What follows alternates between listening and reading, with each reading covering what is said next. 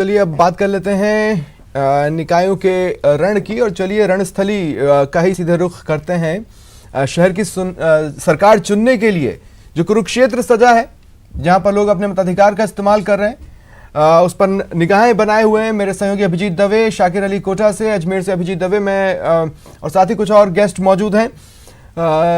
श्याम सुंदर शर्मा जी हैं, यूसुफ चोपदार जी हैं और पंकज जोशी हैं। आप सभी का मैं स्वागत करता हूं न्यूज़ 18 राजस्थान पर। सबसे पहले अभिजीत, मैं आपके पास आ रहा हूं और चाहता हूं ताज़ा तस्वीरें दिखाएं इस वक्त की, और कितना मतदान दर्ज हुआ है अब तक।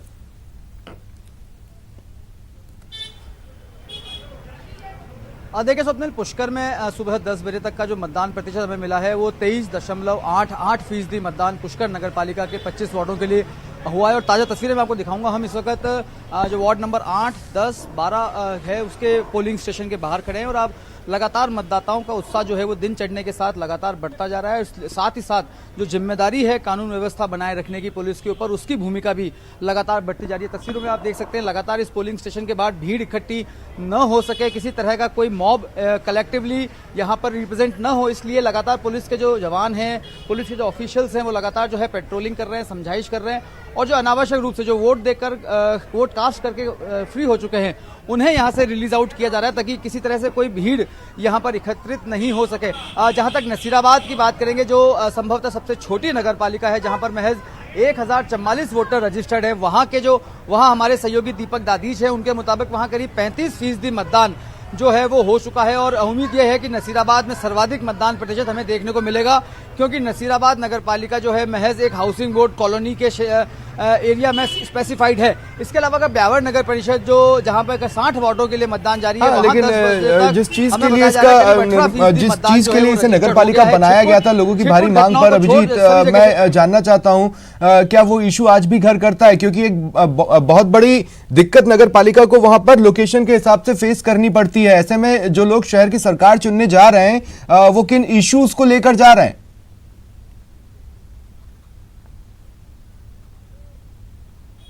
देखिए स्वप्निल, दो इसमें विषय हैं। चूंकि नसीराबाद का जो बहुसंख्यक वर्ग है वो अभी भी कैंटोनमेंट बोर्ड के अधीन है, यानी छावनी परिषद के अधीन ही है, लिहाजा उसे इस पालिका चुनाव में मताधिकार का इस्तेमाल नहीं मिला है।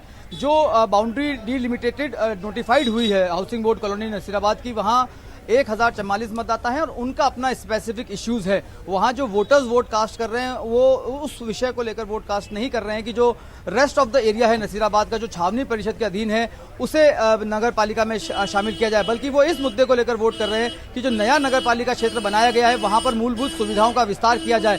हमने हमारी जो पिछली सेगमेंट्स की स्टोरीज में भी दिखाया था, वहाँ पर बड़े पैमाने पर जो आधारभूत सुविधाएं हैं उनका अभाव है, क्योंकि हाउसिंग बोर्ड ने तमाम जो उसके करीब 1000 मकान हैं वो नगर पालिका को हैंड ओवर कर दिए हैं नोटिफिकेशन के बाद से ही। तो अब नगर पालिका की वहां जिम्मेदारी बन जाती है। पहली मर्तबा चुनाव हो रहे हैं 20 वार्डों के लिए, वहां जो पालिका अध्यक्ष चुनेगा उसके कंधों पर भी एक बहुत बड़ी जिम्मेदारी होगी। बेशक जो क्षेत्रफल है वो पालिका एरिया का भले ही कम हो, लेकिन विकास की संभावनाएं और विकास की उम्मीदें वहां सबसे ज्यादा है।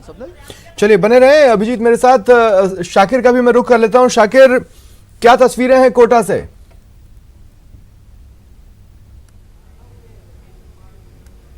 जी देखिए, हम कैथून में हैं और कैथून और सांगोद में जो है मतदान जारी है। अब तक अगर हम 10 बजे तक का जो आंकड़ा निकल के आया है उसमें कैथून में 28% मतदान हो चुका है और सांगोद में 30.11% मतदान हो चुका है। इस वक्त हम कैथून में हैं और यहाँ पर अब थोड़ी सी मतदान की गति थोड़ी सी धीमी सी नजर आ रही है। सुबह के वक्त में बड़ी तादाद में यहाँ पर मतदान के लिए लोग पहुंच रहे थे। 25 वार्डों के लिए ये मतदान हो रहा है और 17,500 मतदाता जो है वो अपने मताधिकार का प्रयोग करेंगे। 64 प्रत्याशी मैदान में है। तमाम बुनियादी मुद्दों के साथ साथ जो यहाँ के बुनकर हैं उनका बड़ा मुद्दा है, क्योंकि बुनकरों की बदहाली किसी से छिपी हुई नहीं है। कोटा डोरिया के जो बुनकर हैं वो यहाँ पर बड़ी तादाद में रहते हैं, तो वो तमाम उनकी जो परेशानियां हैं उनको लेकर भी जो है चुनावी मुद्दा बनाया गया है। इसके अलावा क्योंकि कैथून में पिछले दिनों बाढ़ के हालात बने थे और बाढ़ के हालात में 3 दिन तक कैथून जो है पानी से घिरा हुआ था, लाखों रुपए का नुकसान हुआ था, कई संपत्ति जो है तबाह हुई थी। तो कैथून में जो बुनियादी सुविधाएं हैं उनके अलावा तमाम जो विकास के कार्य हैं उनको लेकर के जो है लोग मतदान के लिए निकल रहे हैं। और यहाँ पर अब जो है, क्योंकि इस जगह पर 4 वार्डों के लिए मतदान हो रहा है, स्कूल है ये, 4 अलग अलग कमरों में 4 वार्ड जो हैं उनके लिए मतदान हो रहा है। लोग अभी भी आ रहे हैं, लेकिन कुछ वार्डों में जो है मतदान धीमा पड़ गया है लगातार, क्योंकि सुबह के वक्त में यहाँ पर तेजी से जो है मतदान हुआ। उसके बाद अब थोड़ा सा लोग जो है अब थोड़ा धीमा वो गति से जो है अब मतदान केंद्रों की ओर कूच कर रहे हैं, लेकिन जो मतदान का प्रतिशत है वो ठीक ठाक है। यहाँ पर भी करीब 30% के करीब अब मतदान, जो कि 28% का आंकड़ा जो है अब से आधे घंटे पहले का था, और सांगोद में भी 30% मतदान हो चुका है। तो लगातार मतदान का दौर जारी है। ठीक है शाकिर, बने रहें आप मेरे साथ। अब मैं अपने गेस्ट के पास भी बातचीत के लिए रुख करना चाहता हूं। पंकज जोशी जी हैं, यूसुफ चोपदार जी हैं और साथ ही श्याम सुंदर शर्मा जी। श्याम सुंदर जी, सबसे पहले मैं आपके पास आ रहा हूं। मेरा सवाल बेहद सिंपल होगा। अगर 2013 से लेकर अब तक के फिनोमिना को देखें तो राजस्थान अब परंपराएं तोड़ता भी है और राजस्थान अब चुनावों के हिसाब से वोट करना भी जानता है। वो ये जानता है कि हम किस तरह के चुनावों में जा रहे हैं अपने मताधिकार का इस्तेमाल करने के लिए। तो ये जो मैंडेट होगा इन 49 निकायों का, वो जो भी हो, वो क्या मैसेज देगा?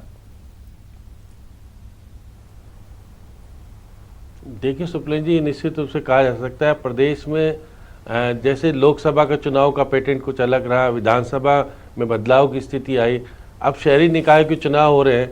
तो ऐसी स्थिति में कहा जा सकता है कि जो कांग्रेस की सरकार है वो अपने साधनों का सदुपयोग करते हुए चाहेगी कि अधिक से अधिक बोर्ड में उनका प्रतिनिधित्व हो, और कोशिश हो रही है बीजेपी भी अपने बोर्डों को कायम रखने में वो कशमकश कर रही है। तो कहा जा सकता है जिस प्रकार से उन्होंने 44 का एक पत्र जारी किया है, और ये नहीं, लेकिन श्याम सुंदर जी देखिए, दोनों दलों की बेचैनी और दोनों दलों के हाथ पांव मारने के तरीकों से इतर जो लोग वोट डालेंगे, क्या वो सरकार के लगभग 1 साल के कामकाज पर मैंडेट होगा, या फिर स्थानीय मुद्दे, चूंकि कई जगहों पर तो बोर्ड बीजेपी का ही था, शहर की सरकार बीजेपी की ही थी, तो 5 साल में मोटे तौर पर उनके काम पर मुहर होगा? ये बेसिकली मैंडेट होगा क्या? देखिए स्वप्निल जी, निश्चित रूप से कहा जा सकता है कि इस बार निर्दलीयों का बोलबाला रहेगा, क्योंकि कई जगह पर कांग्रेस के निर्दलीय बागी खड़े हुए हैं, कहीं पे भाजपा के हुए हैं। और ये भी कहा जा सकता है कि पिछले 5 साल में जो कुछ कामकाज बीजेपी के बोर्ड ने किया और जो कामयाबी रही, नाकामयाबी रही, उसका निश्चित रूप से असर देखने को मिलेगा। उदयपुर में देखिए कांग्रेस के लीडरों ने, गिरिजा व्यास ने कहा कि वहाँ पर सड़क बनाई, वाकई बनाई, लेकिन क्वालिटी का वाक नहीं हुआ। स्मार्ट सिटी के नाम पर क्या हुआ वो भी सामने को देखने को मिला। भरतपुर में भी आप अलग तरह का चुनाव है। इसके अलावा बीकानेर में केंद्रीय मंत्री, शहरी इनकी विधायक है सिद्धि कुमारी, वो चुनाव में कहीं देखने को नहीं मिली। निश्चित रूप से प्रदेश अध्यक्ष भी गए, बहुत कुछ भी गया। और मैं मान के चलता हूँ कि उदयपुर में प्रतिपक्ष के नेता और का भी सामने उन्होंने कहा कि हमने बहुत कुछ काम किया, हम आपस में लड़ाई नहीं लड़ेंगे, इस तरीके से वोट लाएंगे।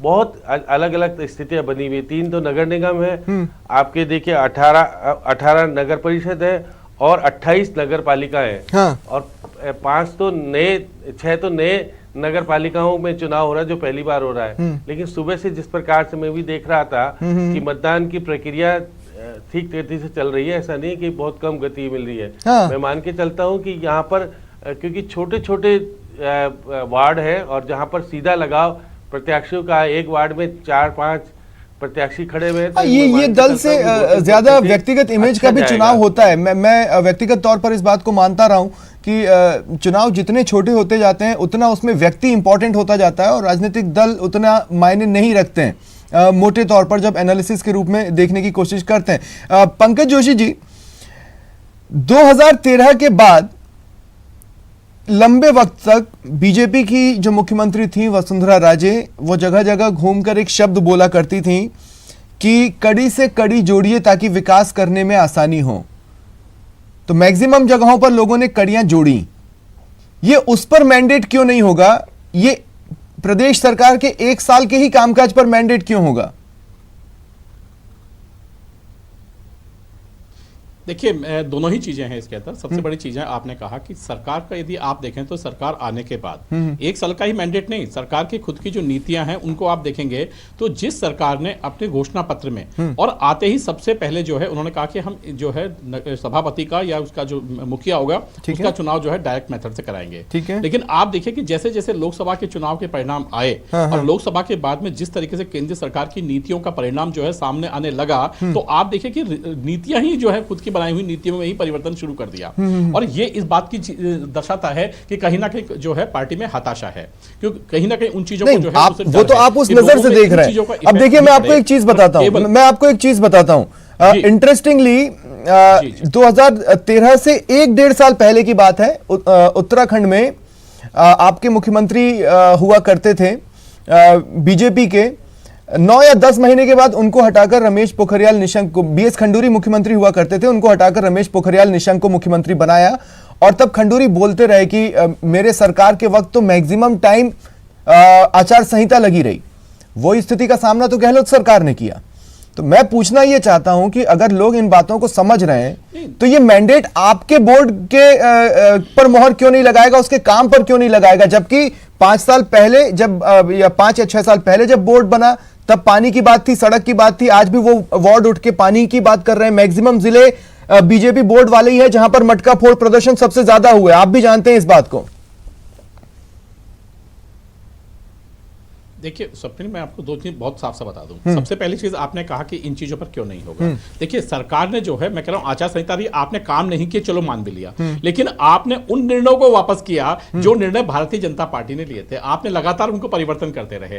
अभी आपने जस्ट देखा कि एक जो है जिन चीजों को लोगों को साइकिलें मिल सकते थे, आपने खाली उनके कलर के लिए जो है वो साल भर तक साइकिलें पड़ी रहेंगी। उनका कलर परिवर्तन होने से क्या हो जाएगा भाई, कोई कुछ चीज फर्क पड़ जाएगा। और मैं तो बहुत साफ सा मैंने कल भी कहा कि यदि आप इस कलर को चेंज कर सकते हैं तो क्या सूर्य के उदय और सूर्य के अस्त के कलर को भी परिवर्तन कर पाएंगे? मैं एक बात के लिए आपको कॉम्प्लीमेंट करना चाहता हूं, आपका लुक कुछ बदला है। पंकज जी 2 मिनट, श्याम सुंदर जी 2 मिनट। पंकज जी, मैं व्यक्तिगत तौर पर कह रहा हूं आपके लुक में कुछ चेंजेस आए हैं और आप पिछली बार से थोड़ा ज्यादा स्मार्ट लग रहे हैं, बेटर फिट लग रहे हैं। लेकिन मेरी इस बात को समझिएगा जो मैं आपसे कहना चाहता हूं, रंग और इश्यूज आपका दल भी देखता है। पंकज जी, रंग और इश्यूज आपका दल भी देखता है। नहीं, बिल्कुल करेक्ट है ना? हाँ, अभी मैं आगे भी आऊंगा। मुझे यूसुफ चोपदार जी को भी डिबेट में शामिल कर लेने दीजिए, मैं उनसे भी बातचीत करना चाहता हूं। यूसुफ चोपदार जी, एक बात तो बेहद स्पष्ट है, लोगों को इस बात से फिलहाल मुझे ऐसा लगता है कि मतलब शायद कम होगा कि कड़ियां जोड़ें या न जोड़ें। उनको इस बात से ज्यादा मतलब होगा कि वो जो पर्सन है जिसको हम वोट डालना चाहते हैं वो हमारे कितने काम आ सकता है।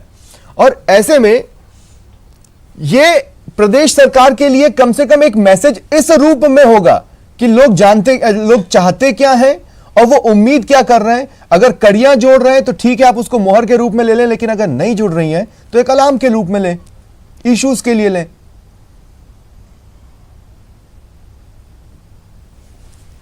बिल्कुल, देखिए आपकी बात बिल्कुल 100% सही है। स्थानीय व्यक्ति और स्थानीय जनता से जुड़ा हुआ व्यक्ति, हर एक वोटर की प्राथमिकता होता है, चाहे वो विधानसभा का चुनाव हो चाहे निकाय का चुनाव हो। और निकाय चुनाव में ये बात बहुत ज्यादा महत्वपूर्ण हो जाती है। इसलिए कांग्रेस ने लगातार ये प्रयास किया कि स्थानीय प्रत्याशी को टिकट दे। लगभग 100% जो प्रत्याशी हैं कांग्रेस के निकाय चुनाव में स्थानीय प्रत्याशी हैं। साथ ही साथ अगर कड़ी से कड़ी जोड़ने की बात की जाए तो सिर्फ निकाय स्तर से ही सभी समस्याओं का समाधान नहीं हो जाता है। उसके लिए आपको राज्य सरकार का भी पूर्ण सहयोग चाहिए होता है, तो केंद्र का भी चाहिए होता है। तो फिलहाल वो किस ओर से कड़ी जोड़ना चाहते हैं हमें नहीं पता ना यूसुफ जी। तो चलिए मैं केंद्र सरकार से नाता तोड़ चुके हैं लोग। मंडावा का उपचुनाव आपने देखा? नहीं, मंडावा का जो उपचुनाव है वो केंद्र सरकार से नाता कैसे? वो लोकसभा का उपचुनाव थोड़ी ना था। खैर मैं बातचीत जारी रखूंगा। वक्त दरअसल यहां पर एक छोटे से ब्रेक का है, कहीं जाइएगा नहीं, जल्द हाजिर हो रहा है।